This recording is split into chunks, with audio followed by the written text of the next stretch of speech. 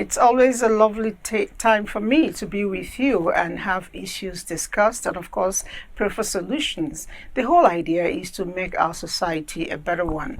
My name is Elizabeth, and, of course, the show is Weekend Deal, reaching you from the largest television network, the NTA. Yes, it is large because we ensure that we get to every nook and crannies of the nation and, of course, outside of this nation. What our focus has been from yesterday and spanning up till today is how to increase and fully utilize the skills, the talents of Nigerians, and of course ensure that people who have creativity, who are vocationally trained, those who can help our technology, grow to be even better than any other one in the world, are encouraged and, of course, produce results. We have the population, we have the talent. It is dependent on us to ensure that we harness it properly. Speaking of that, our mind quickly goes to the polytechnics, vocational schools, technology schools, and all of that. And yesterday I did mention that we couldn't take loads of the messages you sent. We appreciate that, and I also promise that I'll take a few before we delve in full time. I intend to make good my promises. Let's see, we start from this one. He says his name is Maxon Okalu. And good morning, Professor and my sister. I appreciate the program because I passed through technical college at Ohafia, and now I am a proud builder. So it is lucrative and wise to revitalize our technical college. This is beautiful. It's beautiful. So he went through that, and now he's a successful builder. Let's follow his pathway. Isaiah says, the neglect of technical and vocational education by Nigeria is responsible for 1. High level of unemployment in Nigeria. 2.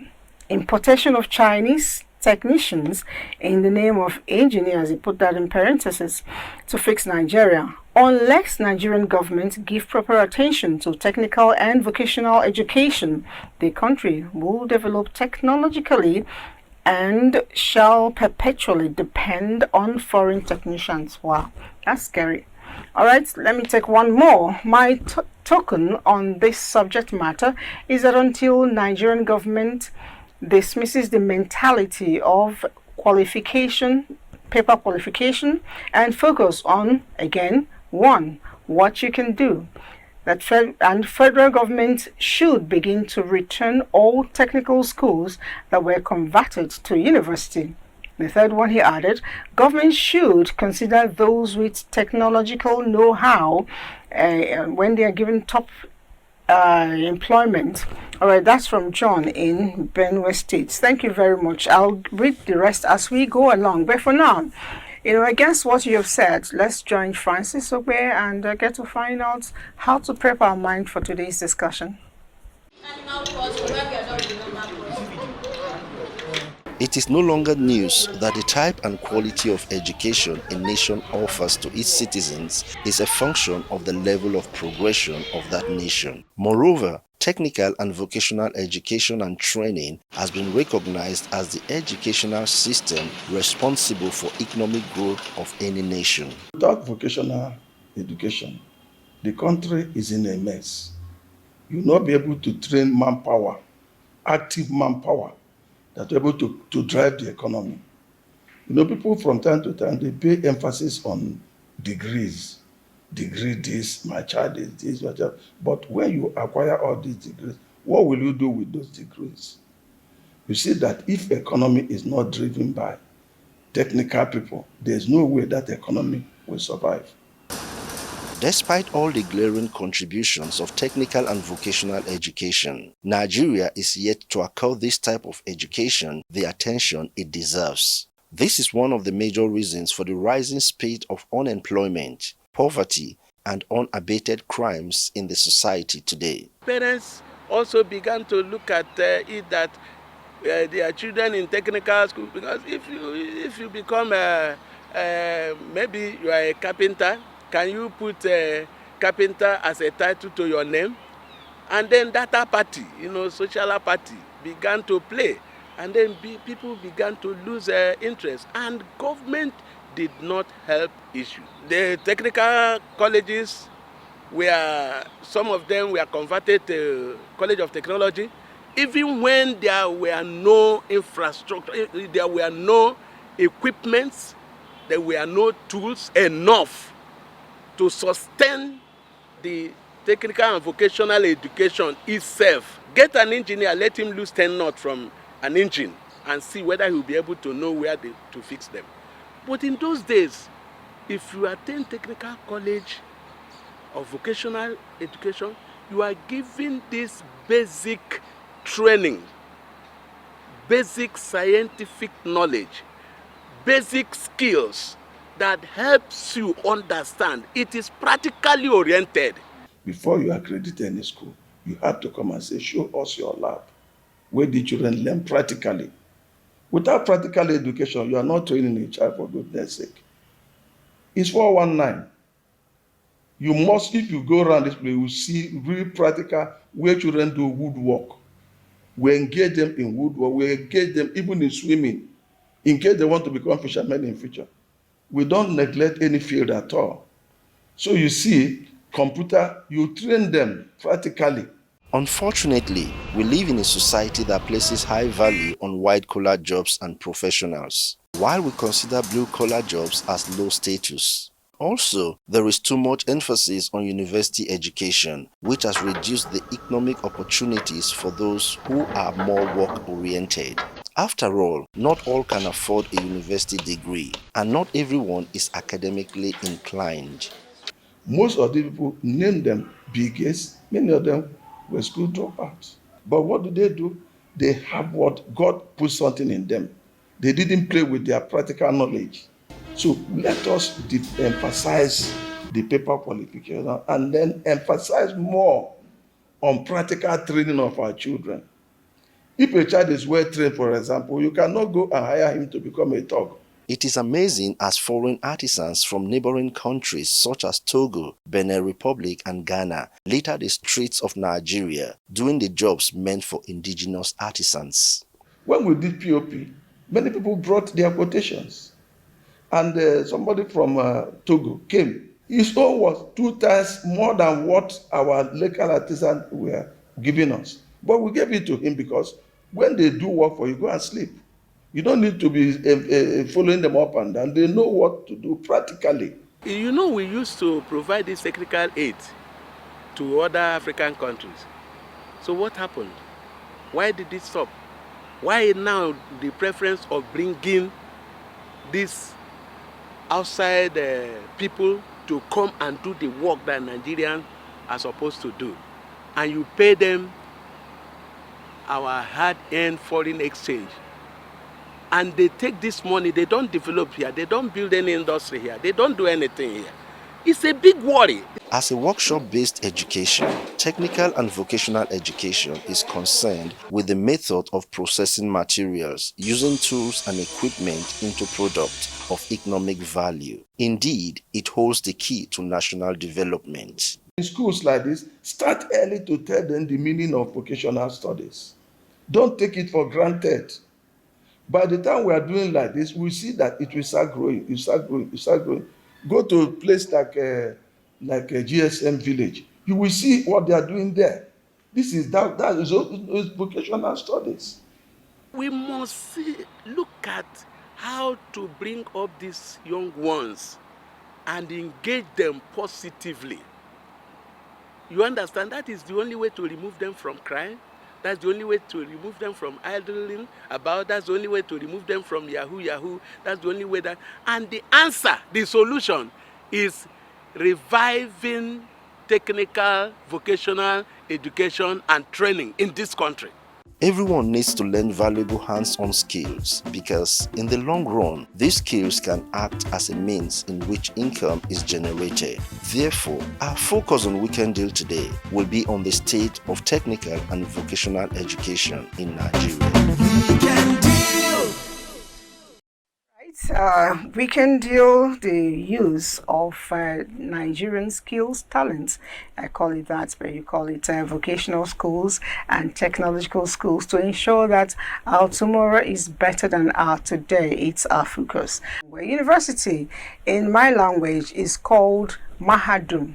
Mahadum simply means you go to the university and you know it all. Not learning all, know it all. So the university goes through you and you also go through it. That's how it should be. It shouldn't come out and be, looking for a job. You should be able to create a job. Yes. Speaking of that, paper qualification is been on the touchlight. It's been on the forefront for a long time. And Suleiman interrogated that. Let's see what he found out.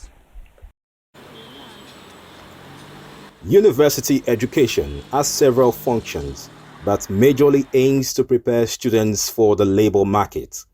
The young students hope to graduate with good grades to stand a chance of getting sustainable employment. The certificate is the meal ticket, and this is taught from infancy. However, a certificate does not automatically translate to the knowledge, skill, and competence needed to function in the labor market. It is the system that we have found ourselves in. And the unfortunate thing is this. We've refused to look into it. We've refused to look into our curriculum. We've refused to look at the international best practice. Most organizations outside the shores of this country, in most cases, look at your competence. What are you able to do? Not what is your paper saying you can do. For them to ascertain that you are competent, you must present your paper qualification in form of certificate.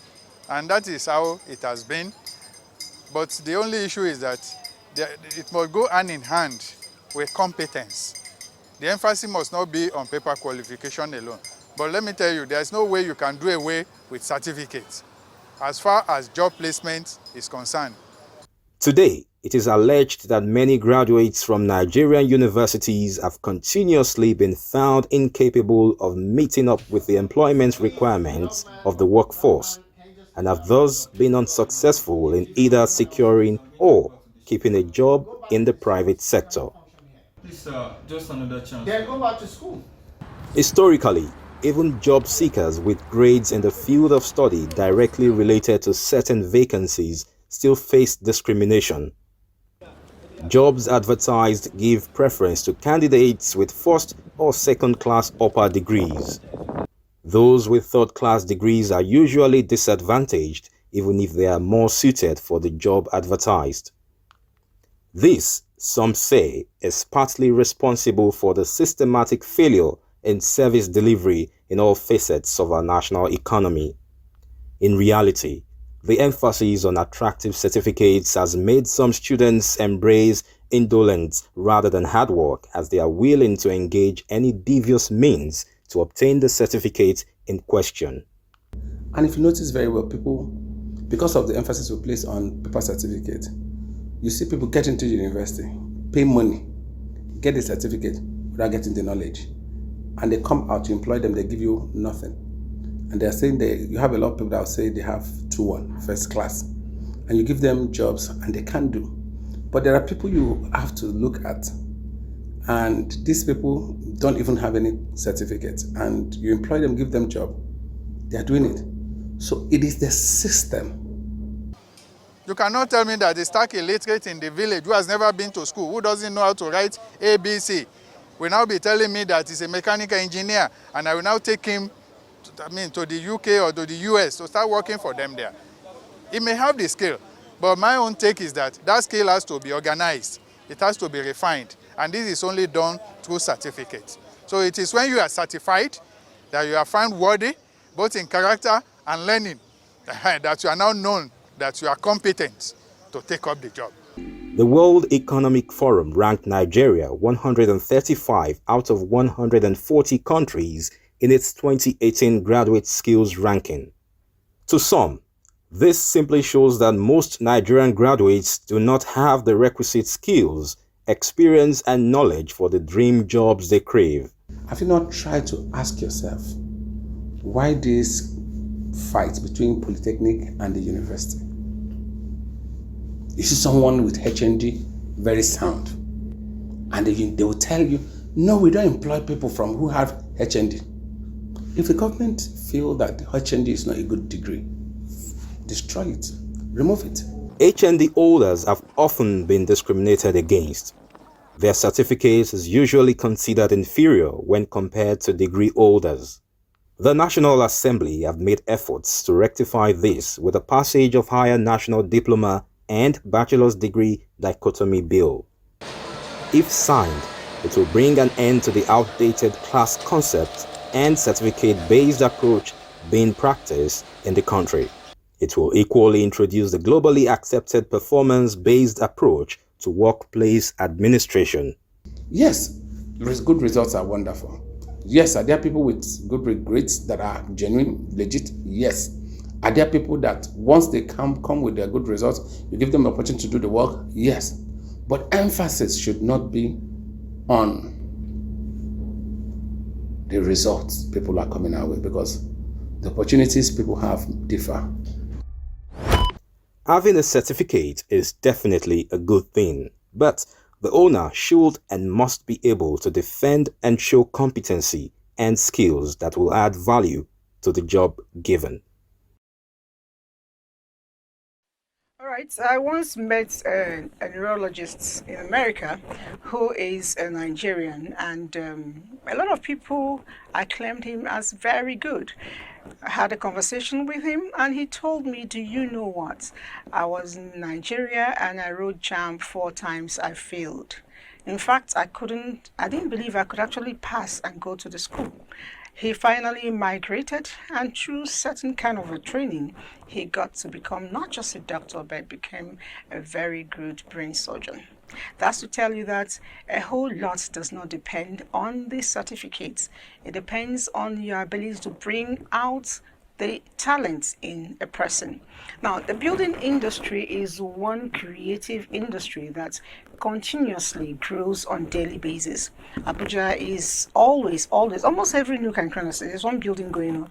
If it's not a fresh one, they're demolishing for another one. But have you bothered to go in there and check, find out who are those actually doing the job? Are they Nigerians? Onyola Alabi did that for us. Let's hear her.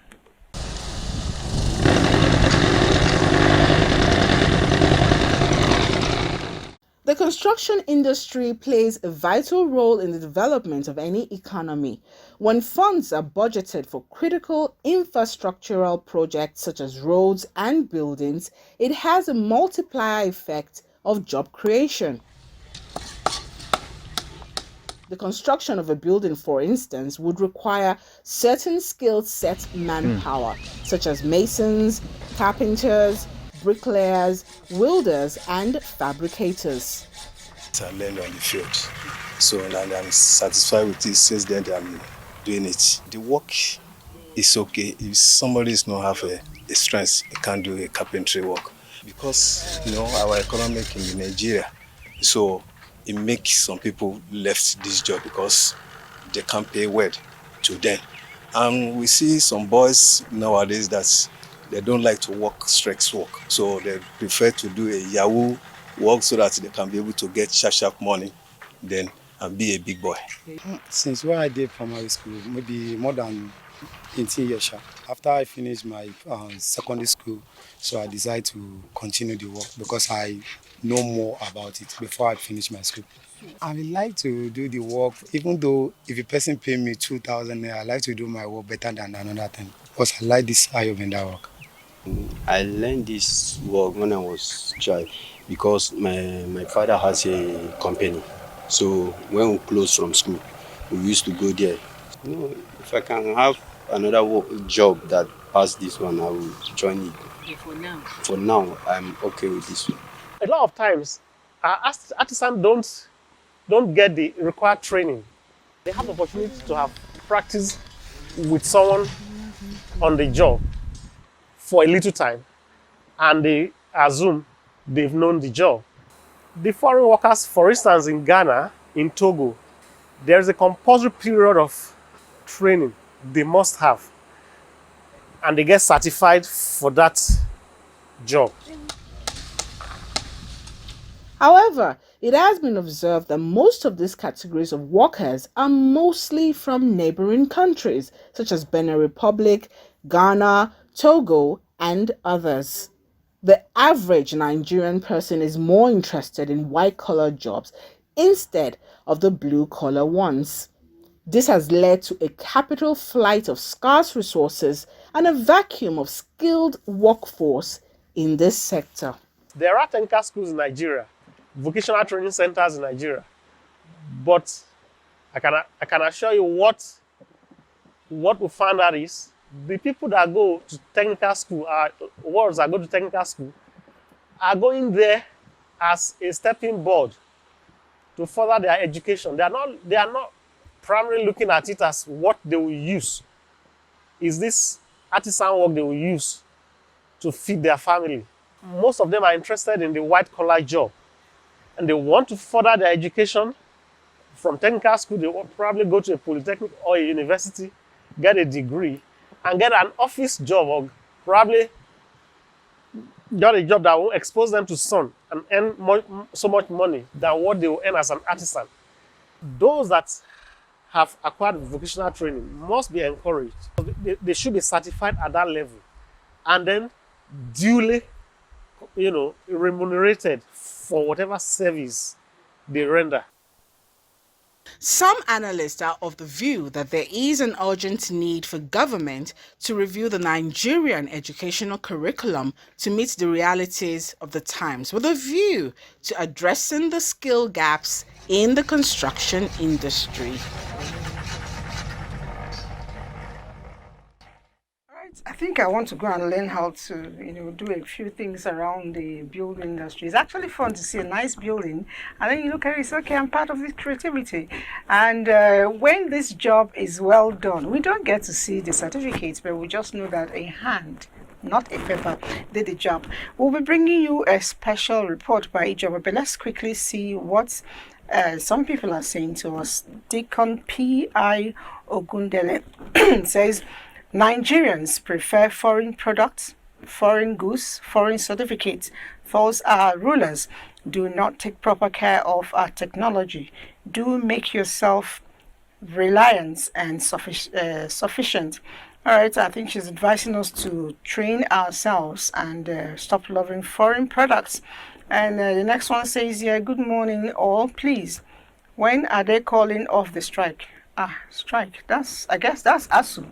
Well, sitting where I am, I don't have a knowledge of that, but we keep hoping and praying that it happens soon. But I do know that for every strike, it is an opportunity for every student. You must not, let it waste. No time you waste ever gets back to you. This is a period, I'm just giving you expo to go in there, learn one thing or the other. It could be fabrication, it could be sewing, it could be cake making, it could be hairdressing, it could be anything. And if you're not sure of how to go about that, the NDA will actually help you learn a trade. And speaking of which, Ijoma had a special discussion with the man in charge. Ijoma, I'm leaving it to you.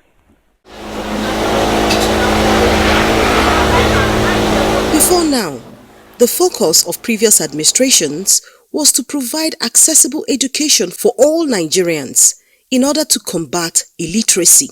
We'll recall that in the past, years back, the topic had always been that people have not gone to school. And during those years, there were no schools.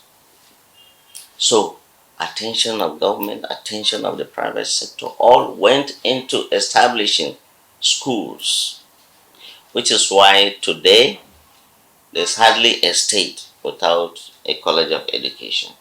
There's hardly a state without a polytechnic. There's hardly a state in Nigeria without a university. This led to the production of so many graduates. We planned to meet that need for lack of education at that time, but did not plan to accommodate the outcome, which is what we are suffering today. The spate of unemployment in Nigeria is growing at a worrisome rate that there is need for people to begin to access other opportunities of creating employment for themselves and for others. The only major employer of labor today is the government, which is why there are so many graduates, so many people with the certificates without jobs. Now, the only option is skills. So people need to learn some skills.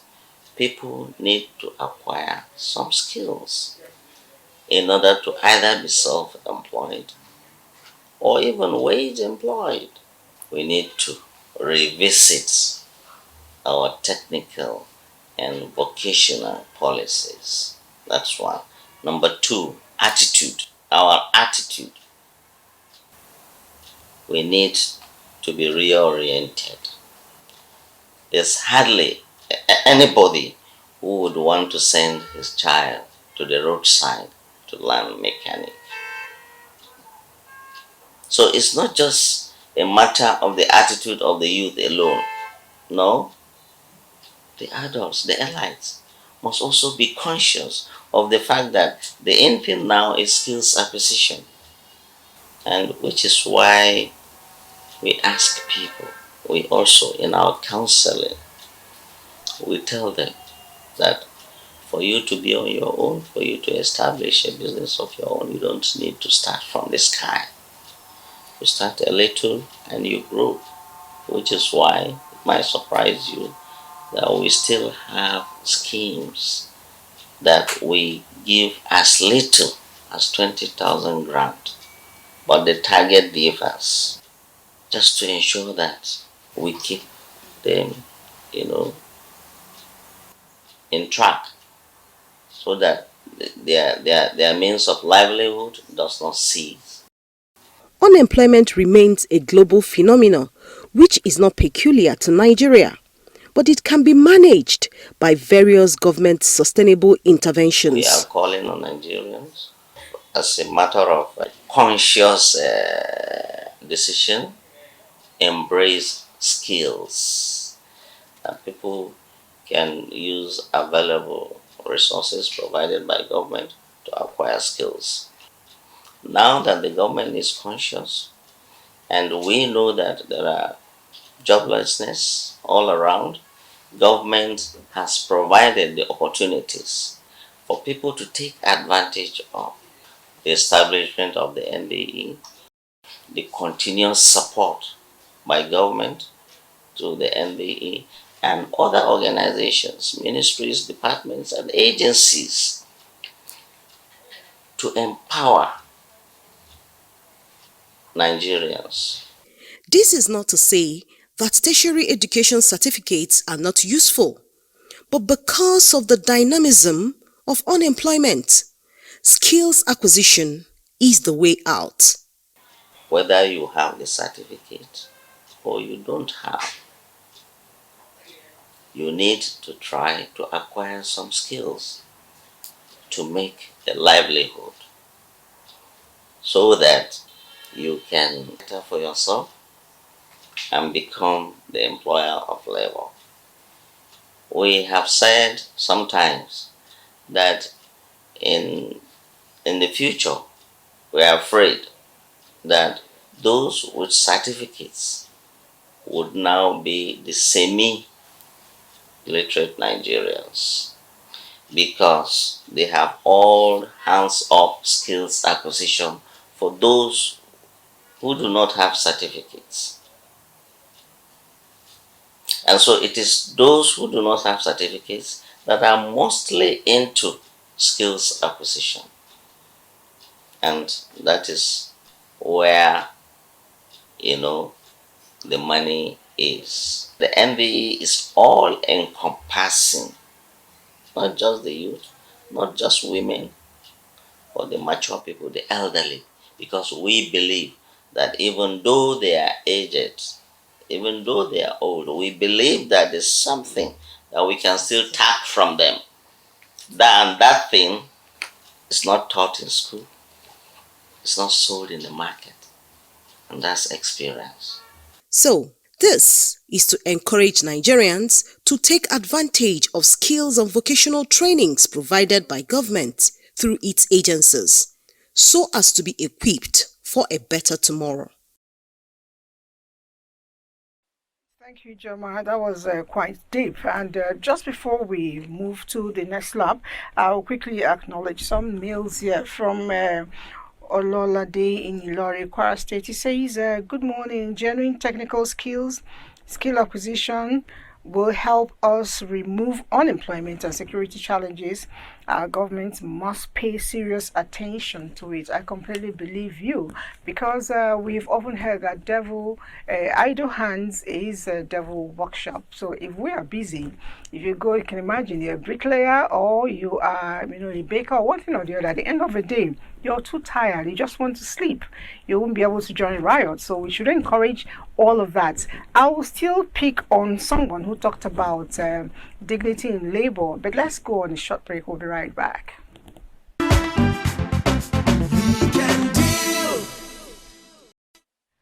All right, building a brighter future using the technology and vocational education here in Nigeria is still our focus. And Thelma, try to find out, why are we doing all talk and not following it up with actions? What are the challenges? Let's see what she got.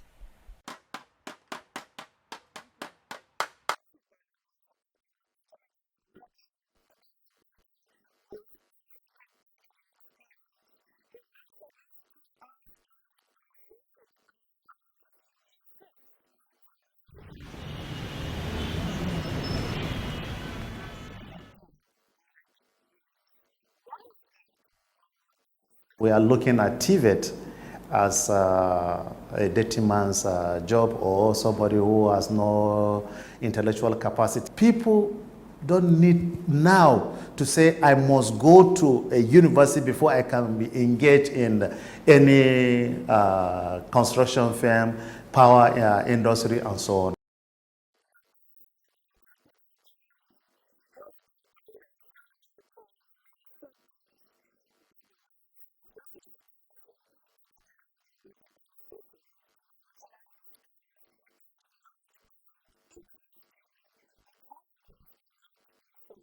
%30 of contribution to GDP come from these informal and non-formal settings.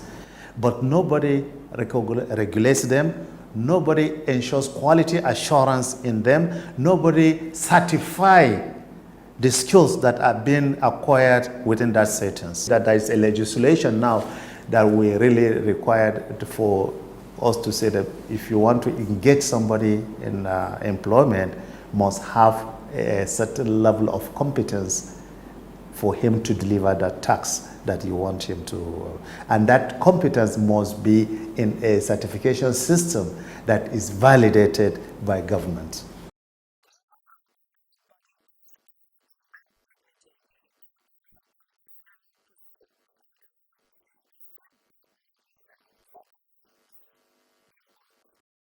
Motor mechanic, you have an association they call NATA, National Automotive Technicians Association. We have the BACSAN for the building construction. What the association have been doing is to have their members to have a freedom whenever you are graduating somebody that has passed through apprenticeship system for you, and try to regulate some level of apprenticeship discipline and other things. But now they are coming to professionalize their activity by embracing what the government has put in place to see that, yes, there is the need for us to come together and have a standard and have a certification and have a quality system that will ensure that the person that is being trained as a motor mechanic at a given level in Lagos will do the same task with the person that is being trained with the same level in Sokoto. Hey, Joe. Take one.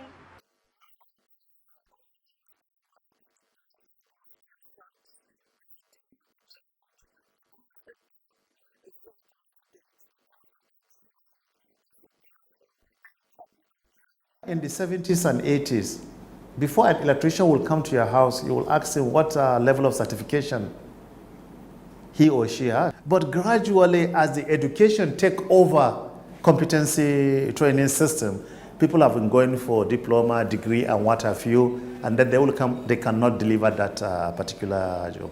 Many other sectors have come together and now to develop what we call the National Occupational Standard. And it's based on this National Occupational Standard that now the training in our TVET will work on to develop their training curriculum. So by the time you are able to develop your training curriculum based on the needs of the employers, you will find out that we are gradually reducing the gap.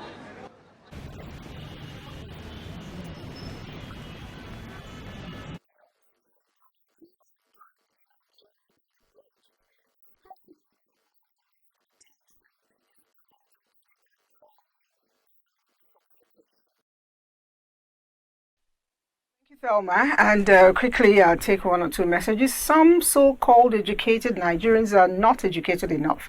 Nigerians place emphasis on paper, and that encourages forgery. Emphasis should be on what one can do and not what papers you have. That's from Mba Ernest. And still speaking of meals, this one says Nigerians don't like to buy things from their fellow Nigerians. Once it has foreign label, they go for it. But when it's locally fabricated, they reject it. For instance, a shoe made in Aba will be written Italia. Okay? So we should begin to, buy our own products. It will actually help us, to be at par with other countries of the world. And when we say, we don't buy our own things, I get worried about it, but at the same time, on reflection, I get excited because oftentimes we are told if you want the best of medicine, buy the Nigerian medicine, especially if you're a malaria customer. Yes. And if you want the best of electrical cables, buy from Nigeria, Nnewi precisely. But let me not empty that. Let's go to Enugu and find out fabrication industry and how it's doing. And I know somewhere between Nnewi and Enugu, there are a lot of electrical cables being produced.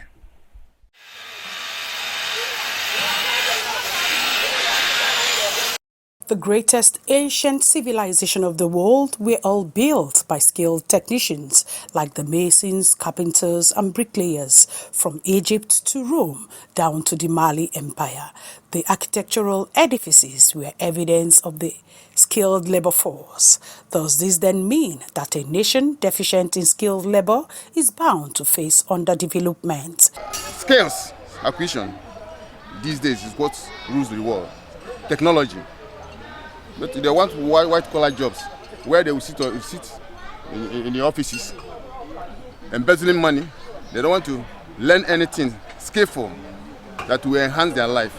With Nigeria as our focus, how do we build a brighter future with technical and vocational education in Nigeria, going by the fact that Nigeria seems to be lacking in skilled manpower, which a visit to any building site will confirm? Like before,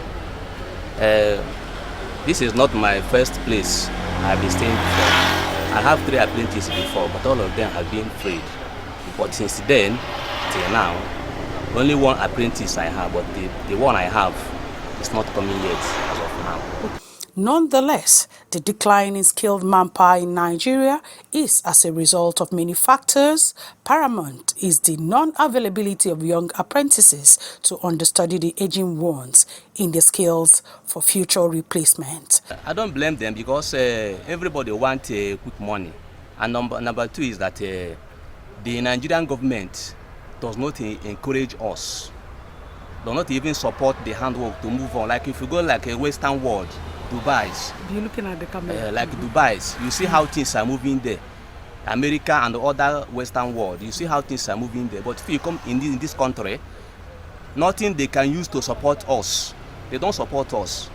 The economic implication of this deficiency is the loss of billions of naira yearly to other countries in wages and the biting unemployment rate amongst the youths. Food at Government Technical College, I was a woodworker. That is where I started this business. They taught me how to roof a building, but I diverted it to casket making.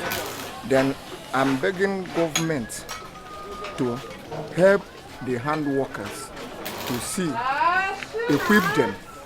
Like in other countries, we have machineries, we had money, we used to support the technicians. Like now, we have some machine that we used to do programming, like he will get sensor, understand? So the machines no there. In Enugu State, the fabrication industry is a very robust and thriving industry that boasts of fabricating anything from domestic utensils, farm implements, and motor spare parts, etc.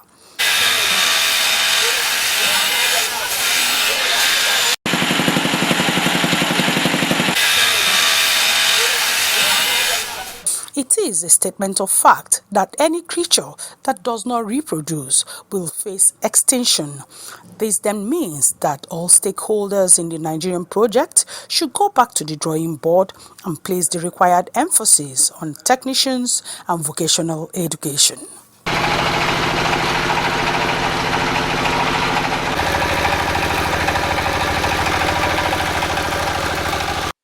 All right, that's a statement you made is a bit scary. If we don't reproduce, we're already facing extinction. I'm kind of scared, so we must all sit up and ensure that we reproduce. Yes, Nigerian people are not doing well in any angle. If Nigerian person wants to give a fellow Nigerian a contract, he will give money that will cost fight between the engineer and the company. But when it comes to outsiders, they give you 10 times more than that. I think we should all try to, as much as possible, look inward. Now, back in the day when we all grew up, I mean, if you're born about the same time I was born, almost every home, especially in the East, had several uncles, several aunties. We actually thought we were related, but we were not. They were all apprentices. So either your father or your mother, they're there to learn a trade. A lot of times they spend as much as 6 years, 5 years, 7 years, after which they now are settled. And even when they are settled, as they call them, the ogas will still be monitoring them to ensure that they are stable. This is why they're able to do well after that, so to speak, university. All right. Today, the apprenticeship thing is no longer there. Even when people try to learn, they learn halfway and jump out to start their own. Of course, they build buildings that will collapse. ETV will be telling us the place of apprenticeship in vocational and technological building of a nation.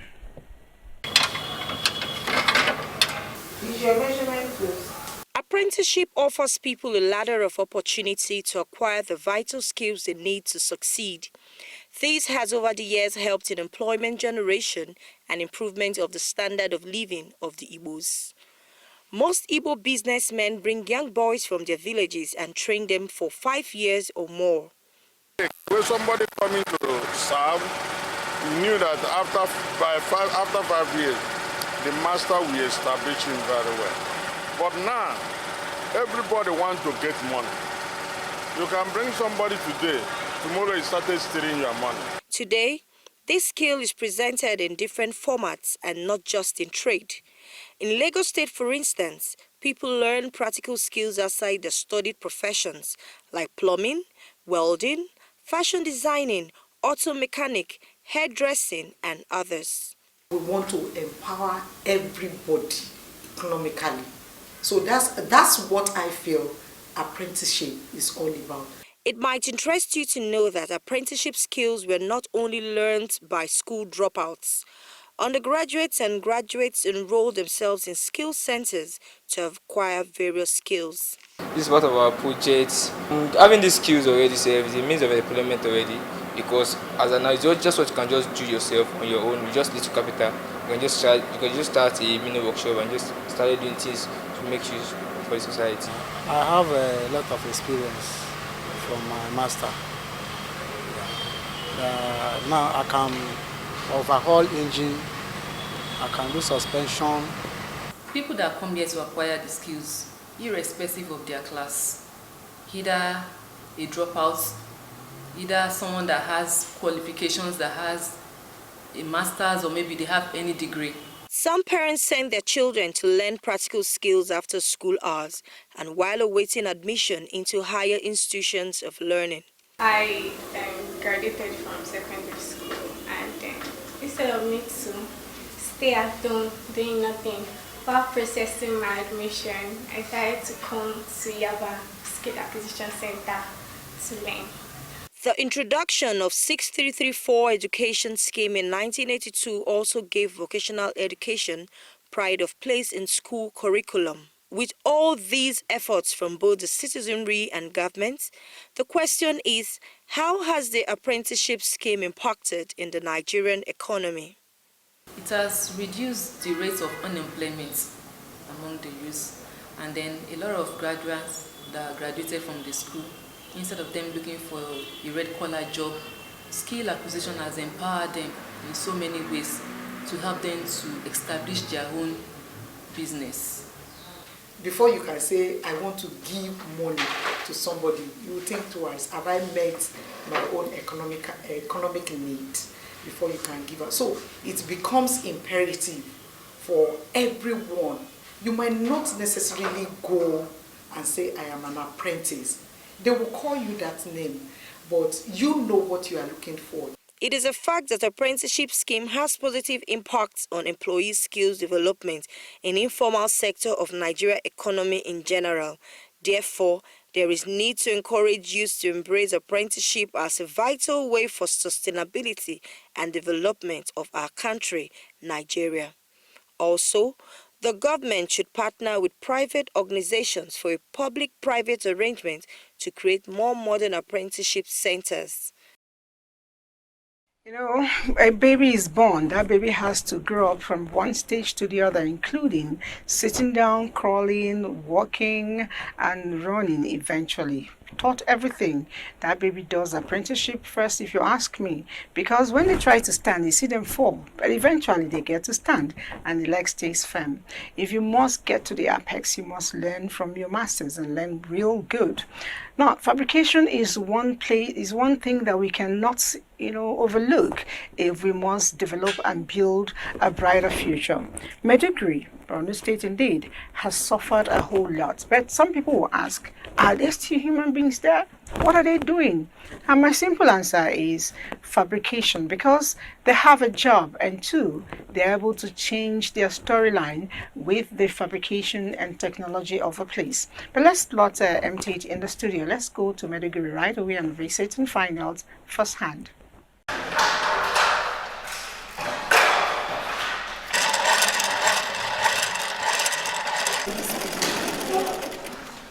Nations of the world are experiencing transformation caused by combined forces of globalization and rapid technological changes. This has affected workforces and created a need for skills by workers to fit into workplaces. In a country like Nigeria, there is more need for competent auto mechanics, constructors, fashion designers, painters, carpenters who are citizens. Hence, most of the skills and competencies that are needed are embedded in vocational and technical education, which are central to a nation's social and economic development. This policy has been that to encourage the establishment of technical schools and vocational schools in Borno State. So far, in the last 3 years of this administration, the state government has built 4 technical schools, 7 vocational technical schools. The function of this institute is to be able to create an employment for the non-employed, unskilled youths that are teaming up within our society. Those that benefit from this institute are the orphans and the widows. Vocational education and technical training is highly essential in the lives of youth. It significantly enhances their participation in manufacturing industry and bridge the gap of unemployment. After we train our students, then we are now in the phase of training them on how to convert that skill into a monetary, that is into construction, so that they can be on their own, they can employ, so that to become a employer of labor in the society. We have industrial park. They are around Jimchilo. In this park, we have about 10 industries inside. We have things like plastic industry. We have onion dehydratation factory. We have tomato paste factory. We also have solar panel and things like drip irrigation factory. They are all parts. They are about 10 or so, all parts in that area. 100% all the roofing unit, we are from tower aluminum, and all the roofing, standard roofing, they are buying and they are putting all this local area and all these things. Because this Baba Gana Umrah, this excellency, he is not compromised in the local brand. I have the interest since before I came here. Why? Because if I saw a shoe, I am surprised how this shoe is made and how bag is making from leather to become a bag. I just want to be an entrepreneur so that I will not depend on government. They are teaching many different kind of work that I can depend on myself. That's why. Building a brighter future with technical and vocational education and improving industrial productivity is obtainable. Therefore, public and private sectors need to support youth for the betterment of our country, Nigeria. Nothing as sweet as watching young people grow, young people with skills, aspiration. She just said that she loved to see how bags are made. I can see that girl, taking over the bag industry, pushing people away from the business. Yes, I will buy your bag when it's ready. But for now, let's take a break. We'll be right back.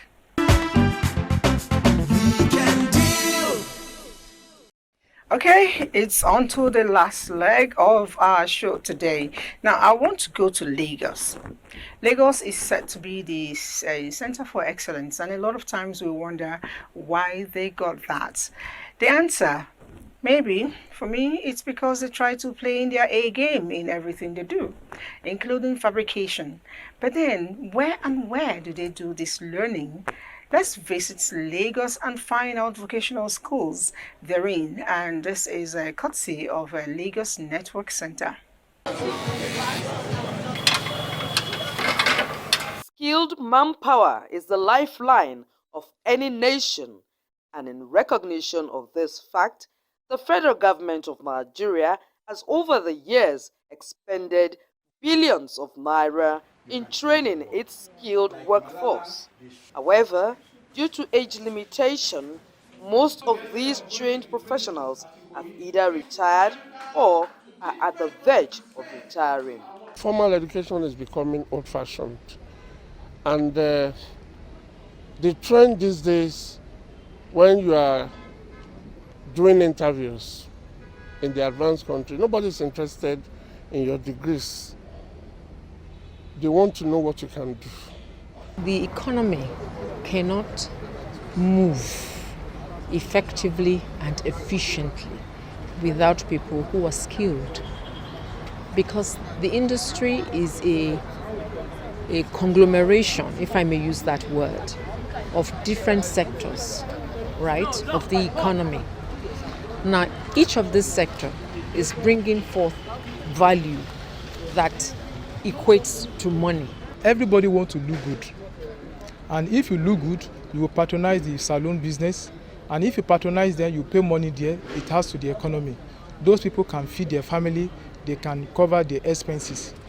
Other factors militating against the growth of the skilled workforce in Nigeria are juicy packages in terms of salaries and welfare being offered in other climes, thus leaving the nation with a huge gap in this sector of the economy.